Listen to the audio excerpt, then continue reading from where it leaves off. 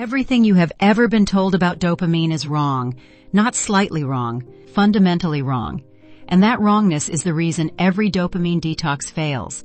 Every just stop scrolling attempt fails. Every time you achieve something you worked hard for and still feel empty. That's not a character flaw. That's what happens when you've been given the wrong map for how your brain actually works. Today I'm going to give you the right one. Here is what you were told. Dopamine is your brain's pleasure chemical. You do something that feels good. Eat, scroll, achieve, win. Your brain releases dopamine, you feel pleasure, and you want to do it again. That's the loop everyone describes. Dopamine equals pleasure. Pleasure equals motivation. More dopamine equals more happiness. That story is everywhere. It's in every productivity video, every self-help book, every wellness app that tells you to boost your dopamine naturally. And it is wrong. Here is what the science actually says. In the 1990s, a neuroscientist named Kent Berridge at the University of Michigan ran a series of experiments that changed everything we thought we knew about dopamine. He found something that nobody expected. When he blocked the dopamine system in rats, completely removed their ability to produce it, something strange happened. They stopped wanting food. They stopped seeking it. They stopped pursuing anything. But when food was placed directly in their mouths, they still showed pleasure. They still liked it. They just didn't want it anymore. Wanting and liking are not the same thing. And they run on completely different systems in your brain. Dopamine is not your pleasure chemical. Dopamine is your wanting chemical. It is the system that drives you toward things, that creates the craving, the anticipation, the hunger for the next thing. The actual pleasure you feel when you get what you want, that runs on a completely separate opioid system. Two different systems, two different experiences, and almost nobody knows this. Now think about what this means for your real life.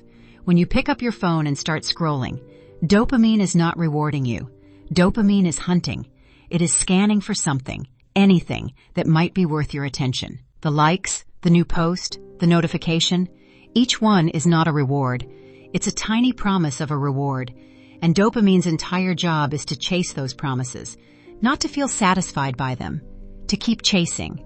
This is why you can scroll for 45 minutes and feel worse than when you started. You weren't getting dopamine hits. You were in a continuous wanting loop that was never designed to end. The satisfaction system, the liking system, was barely activated at all. You were running on wanting with almost no liking. And wanting without liking is the definition of craving. It feels like hunger that food can't fill. This is also why you can work toward a goal for months, finally achieve it, and feel nothing. Or worse, feel empty. Because dopamine was never the system that was going to make you feel satisfied. Dopamine got you to the finish line. Then it immediately started looking for the next race. Now here is the part that should make you angry. Every dopamine detox, every phone ban, every just be more disciplined strategy you have ever tried, they all targeted the wanting system. They tried to suppress dopamine, to starve it, to white-knuckle your way through the craving. But they never touched the liking system. Nobody told you to build your capacity for satisfaction. Nobody told you that the problem wasn't too much wanting. It was too little liking. Your wanting system is hyperactive because your liking system is atrophied. You have been trying to turn down the volume on a speaker when the real problem is that the music was never playing. A dopamine detox doesn't fail because you lack willpower. It fails because removing wanting without building liking leaves you with nothing. An empty, silent brain that immediately goes back to the one system that gives it any signal at all. The wanting loop. Every single time. So what do you actually do? You stop trying to suppress wanting, and you start deliberately training liking. 3 specific ways. Fix 1. Savouring. Savouring is the deliberate act of staying with a positive experience instead of immediately moving past it. Most people achieve something good and immediately jump to the next problem, the next goal, the next thing to want. The liking system needs time to activate and register fully. It is slower than the wanting system, which fires instantly. When something good happens, a conversation you enjoyed, a meal that was actually good, a moment of genuine calm, stop. Stay in it for 30 seconds longer than feels natural. No phone, no planning, just presence. You are not wasting time. You are activating the system your brain has been starved of.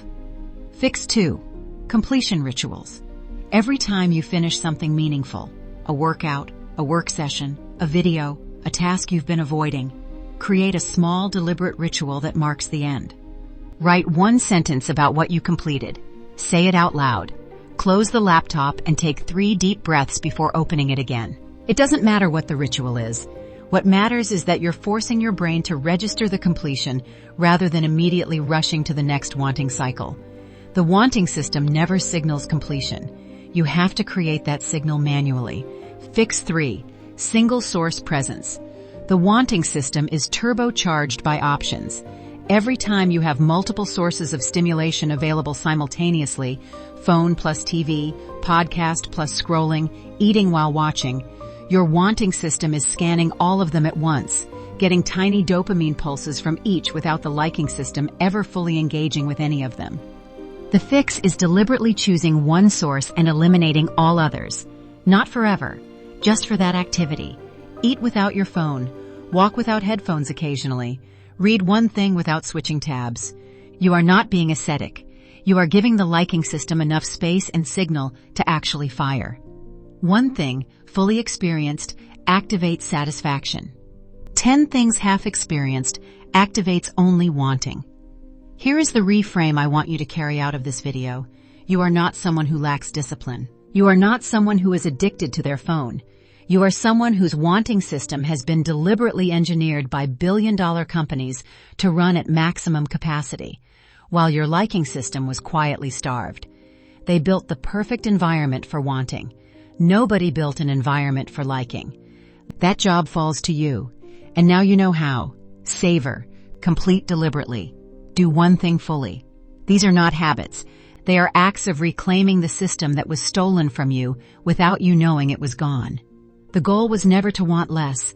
The goal was always to like more. Which of the 3 fixes are you trying first? Savoring, completion rituals, or single source presence? Drop it in the comments. I read every single one. If you're not here to stay average, subscribe. And if you want to understand the other system running your behavior, the one that controls your defaults and your discipline, that video is right here. I'll see you there.